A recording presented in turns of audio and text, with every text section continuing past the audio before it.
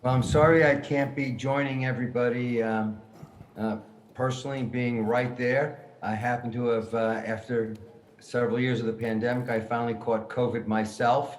Luckily, I had a very mild course, but since I was just positive this week, I decided not to come and be there. But I'm glad you're all having a great meeting, and I hope I can contribute virtually here.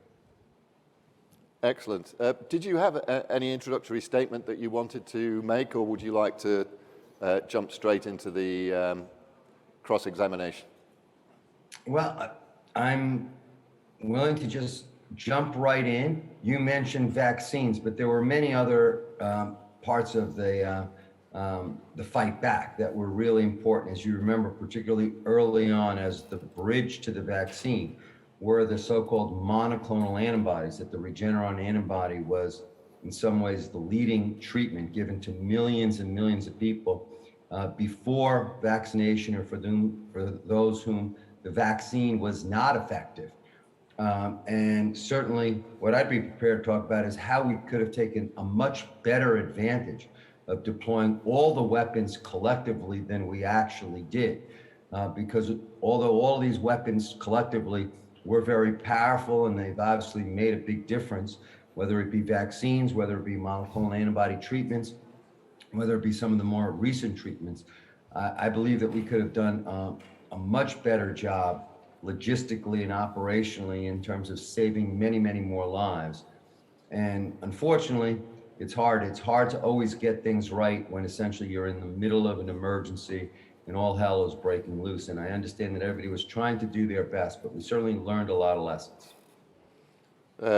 Fabulous. Well, I have one quick question, if that's okay, if I can take the first one, then I'll hand over to you.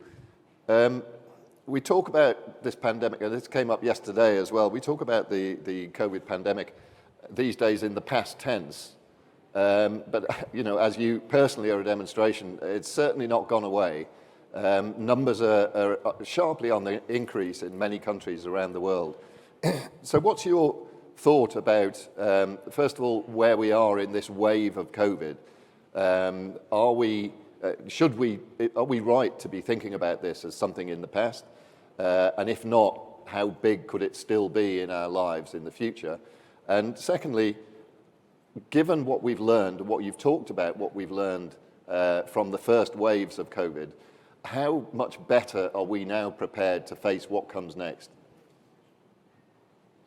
Well, the amazing thing is, despite all the science, despite all the work so many of us have put in, there are still so many questions. And a lot of what I'm going to say in answer to your question is more of a hope than a definitive answer. It seems as if the rates of actual COVID are still very high. As you said, I'm an example of it. I was in the midst of a major outbreak where I was located. The good news, though, is it does appear as if, while the numbers of cases are still very, very high, particularly in some areas, the numbers of severe cases, that is, those that are resulting in hospitalization, death, and very severe disease, seem to be dramatically down.